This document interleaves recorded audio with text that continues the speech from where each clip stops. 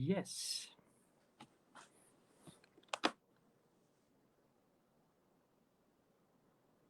Am I on live now? Can someone let me know if I'm on live now? I have no idea.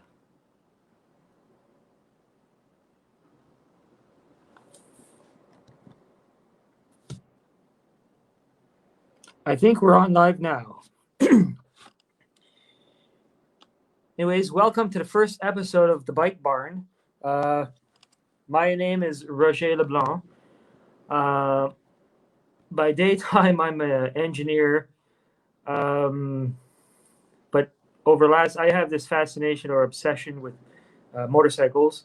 In the last 3 years, I've been accumulating old motorcycles that I've been meaning to restore, but never have the time to. So what's happened is, bring on a world pandemic, and I'm not able to work. So I'm heading to the garage. I'm keeping myself occupied. Really, I'm just really bored out of my mind. So this show, this is live, uncut, raw, unedited. So I'm gonna make tons of mistakes. I have no idea what I'm doing. Uh, but anyways, here it goes. So, anyways, I asked my assistant here to set the camera up. Get this out of the way. Okay, so anyways, this is not a do-it-yourself show. I've looked at a lot of YouTube videos where I learned how to do things. I've been learning myself through the last 3 years because I've been a rider for about 20 years. Actually, I currently don't have my license, but I'm gonna renew it in this province.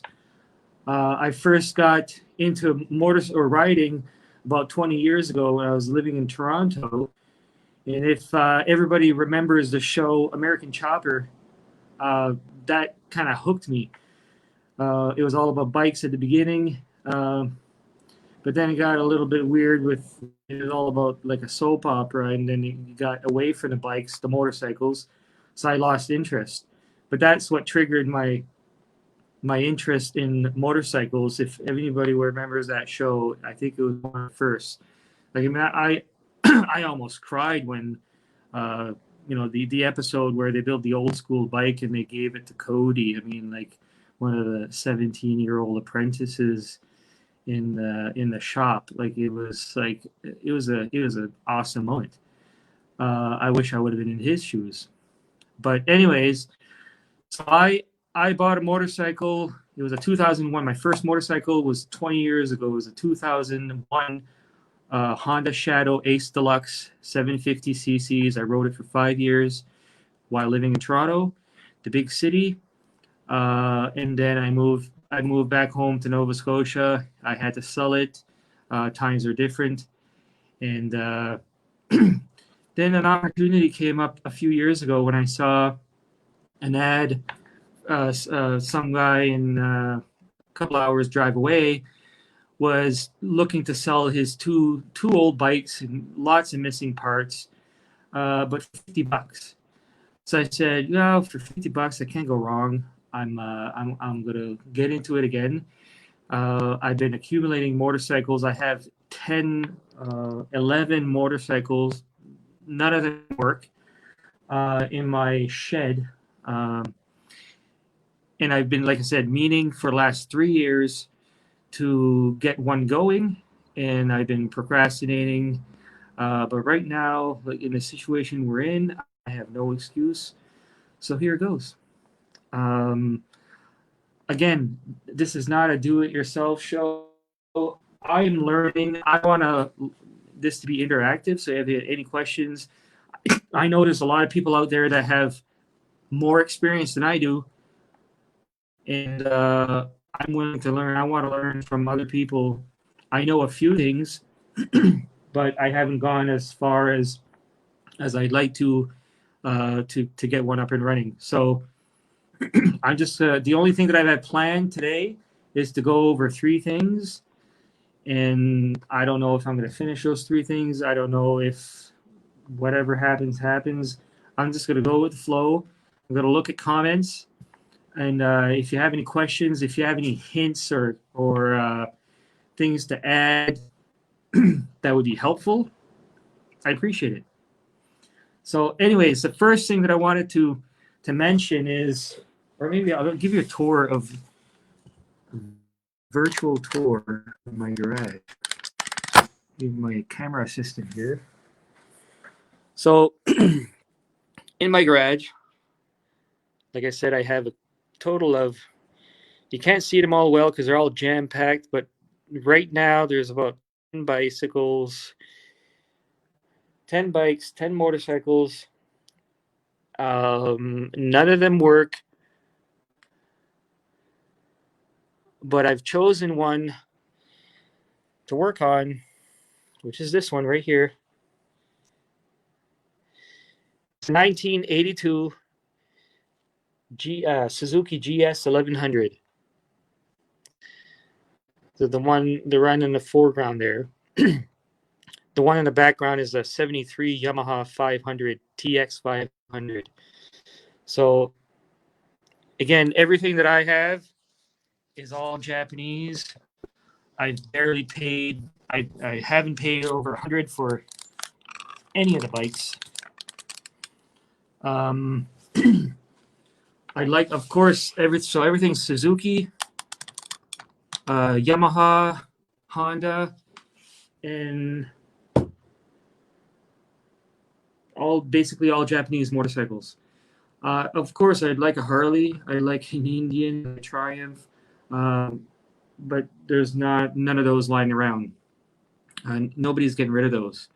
Some of these, I even walked up to. I'd see bikes in fields, and walk up to the house, drive up to the house, walk up to the door, knock on the door, and ask if they'd be willing to sell one of those bikes. A couple of times. Somewhere here, about an hour away, there was an 82-year-old former airplane mechanic. He's like, if you want to take it away, I'll give it to you. So I did. So anyways, that's the one bike that I ended up giving to. I gave it for nothing. I gave it to one of my buddies in New Brunswick, and he fixed it up. He was going through a rough time, and it gave him something to do. He knew what he was doing, and he fixed it up, and it's working perfect now, purring like a kitten. Anyways, the first thing that I wanted to go through is the carburetor. This is a carburetor and container from that 82 Suzuki GS 1100 that I'm working on. This is the bike that I want to get up and running by the summer. I've already, my fault, I've already pulled it off. I've already cleaned it up and refurbished it, all new bolts. So I'm not going to go through a lot of details on the carburetor because this one is already redone. Maybe like another episode, I'll go over taking one off and really like going through it. But for this one, I'm just going to go with what I have and just show you what I've done so far. So this carburetor, there's four. So I've taken it apart. I've I've replaced every bolt. I've cleaned every nook and cranny. I took the seals off another carburetor, similar bike, to replace these. So this doesn't need anything new now. And I'm gonna rebuild it, put it back together, and put it back on the bike. So, one thing that I wanted to mention is, carburetors. To me, the carburetor is like the heart of the motorcycle. It's what mixes the oxygen with the gas, you give it the spark, and it's what makes the motorcycle go, basically. It's an amazing piece of machinery that they replaced in the early 80s with fuel injection.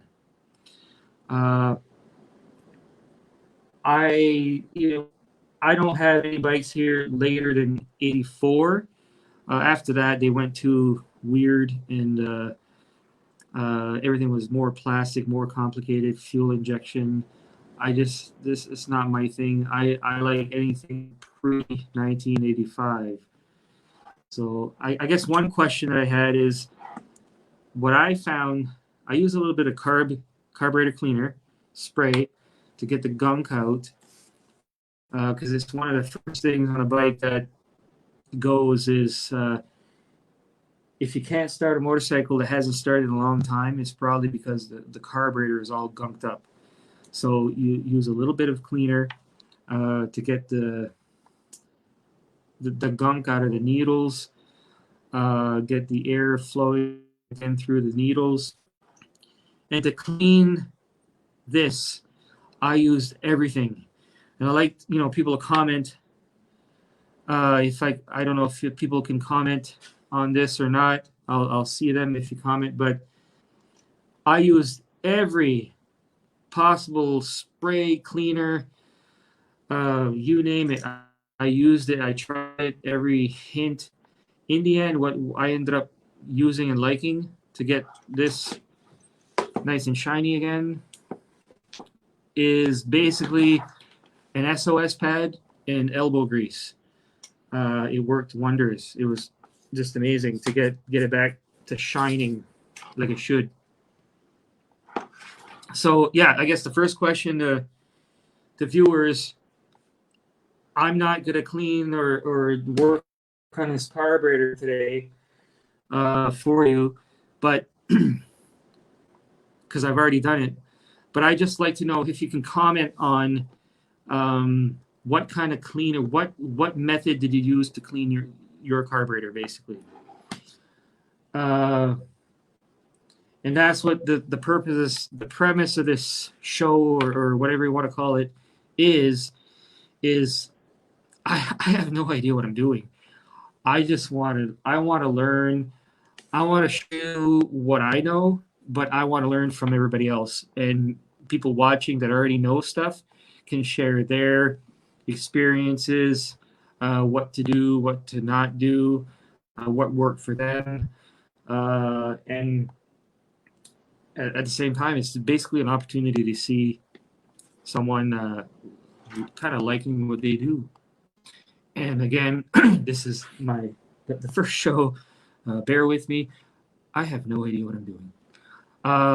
What's a saying that I like to? I wrote down this saying that I really like, and it goes something like this: is like I know what I'm talking about because I don't know what I'm talking about.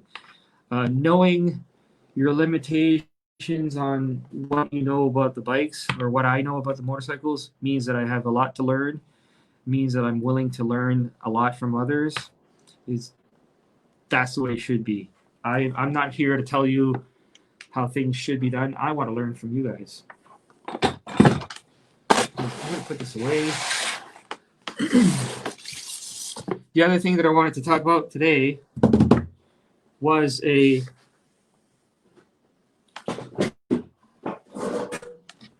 so the tank, again, I'm jumping into this having done a few things already. This is the tank. It's a Honda tank because I haven't been able to find the Suzuki tank for this particular bike, so I'm just going to use the generic Honda one. I've skipped, or I haven't skipped, but I've already done the first step. This is like a 5-step process. First, you're supposed to take, there's like 4 grits of different kind of sandpaper that you're supposed to use. The first one would be to roughly get the paint that's on there already in a rust paint off with a really, really gritty sandpaper. You'd use something like a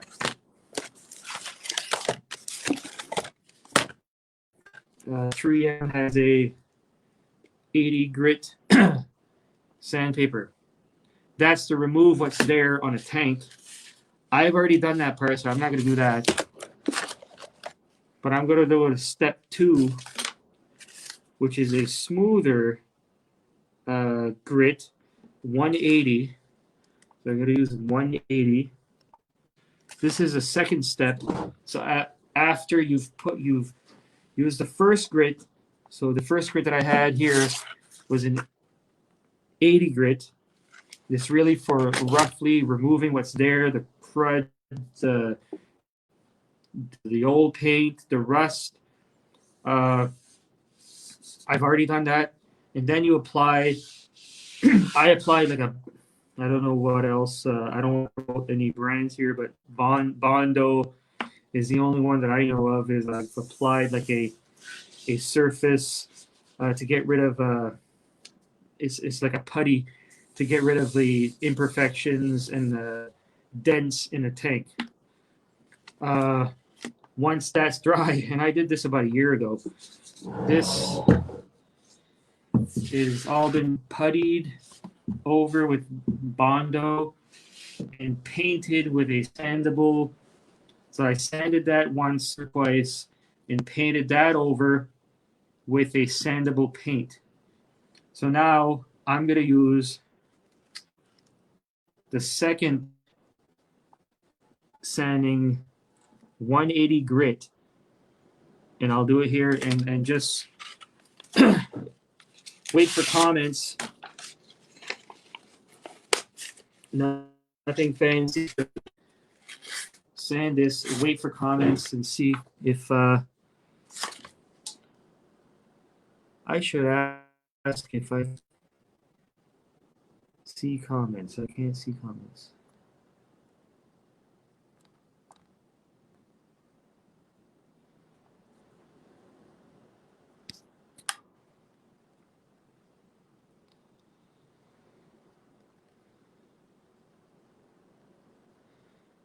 Bear with me here. This is my first time using this. I'm probably shaking all over the place.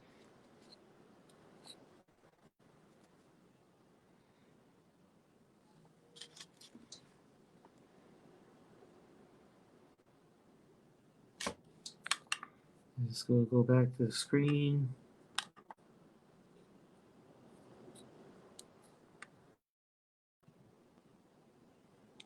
How do I go back to the screen? Okay, here we go. Hello from the kitchen. Okay, cool. Sorry about that. I'm just learning this whole live stream thing there, so I kind of lost you for a minute. Anyways, I'm back to the second step is using a heavier grit. Sorry, a less heavier grit than the first one that you would have removed the paint with. And I'm just going to sand it. So while I'm sanding this, I'm not going to sand the whole thing, but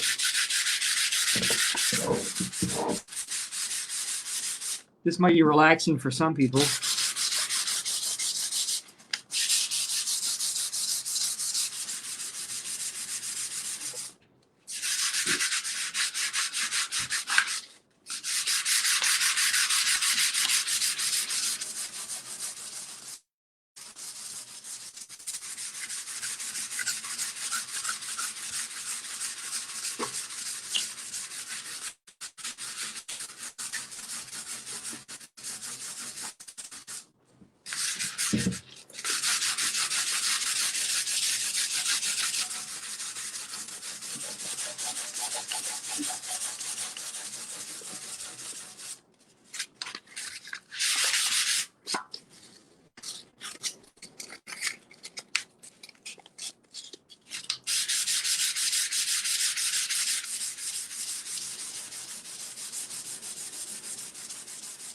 I'm not seeing any comments, so I'm gonna have to, after this episode, I'm gonna have to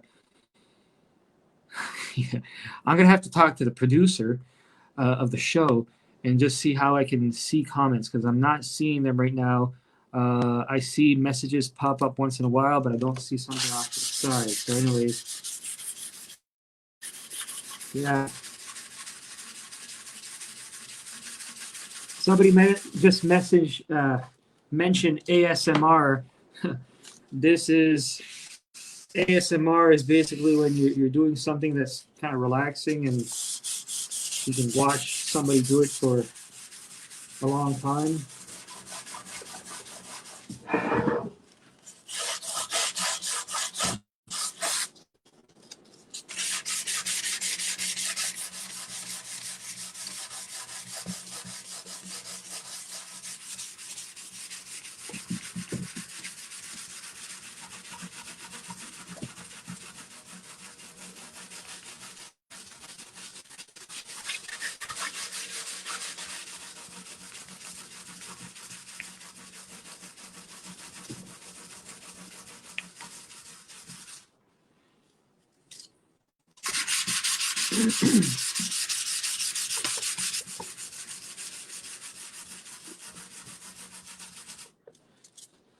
Like I said,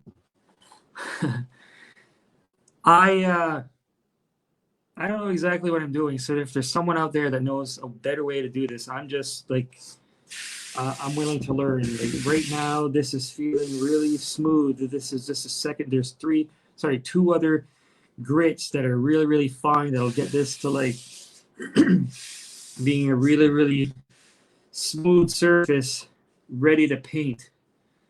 I'm a good painter with a brush and a roller, but I haven't done a lot of painting with this. I guess what I'm going to do for this one is spray paint it. Another one of my projects that I've been trying to get to, but it just been getting away from me. I want to build my own powder coating oven so I can and that's a whole other episode. But anyways, I eventually I'd like to have my own powder coating oven because powder coating is, if you know that, is a much better way of painting.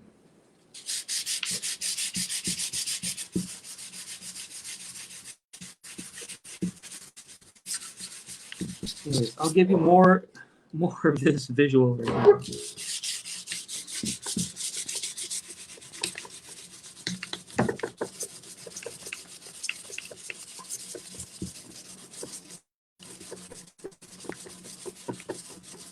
What I'll do is throughout the week, I'll keep on working on this. I'll show you the finished product on the other show, the next show.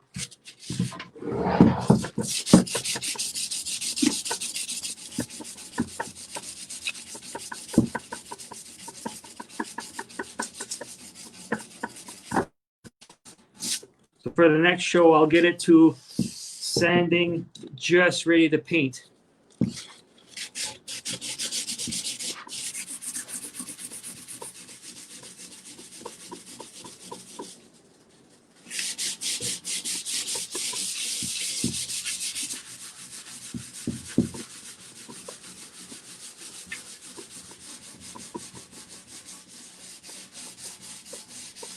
And again, if you're not watching this live, what I can do is I'm going to monitor this until the next show. And if you have any comments, you're watching it after it's been recorded, I can still get, and kind of answer stuff or get stuff after the next show. Yeah. Oh, good question there from the producer, from the boss lady.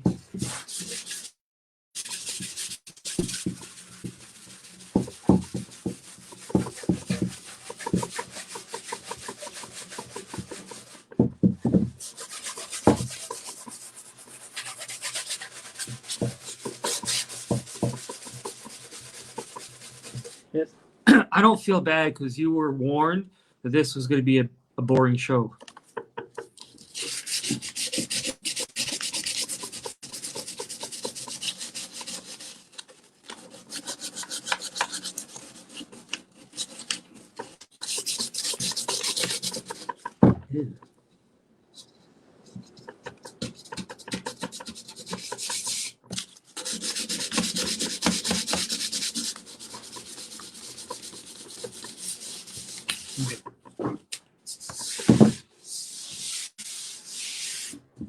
So there you go. We'll put this aside. I'll get into something else. And I'm actually going to attempt, the next thing that I'm going to attempt to do is I'm going to attempt to do, and I've never done this before, so bear with me. I don't even know if I'm ready for this, but one of the first things you do on a bike is when restoring on a bike is to do a compression test on the engine. Basically, it involves using a kit. I got this for like $15 on online, and it's just a pressure kit. So what you do is from what I know, and I'll try it once, but I'm not sure if I'm going to be able to do it because I don't know. I've never done this before. But what you do is you unscrew each spark plug and you crank the engine. If I'm getting this wrong, please let me know. But that's my understanding. If you get a decent pressure reading, you know that that valve or that piston, that part of the engine is okay.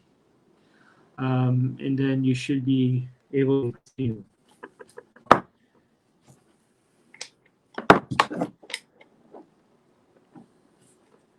So bear with me. Okay, this is like a what do you call it?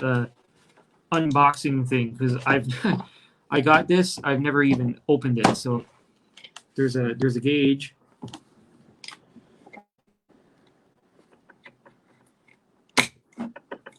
We've hooked up this to the gauge. The hose to the gauge.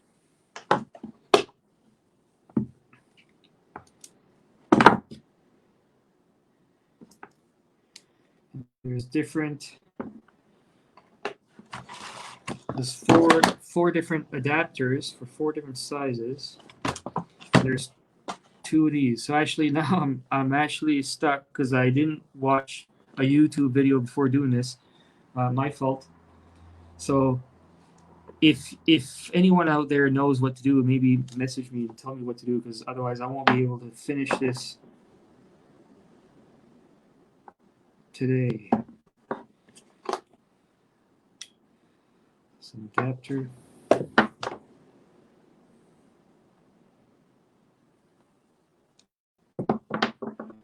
Oh.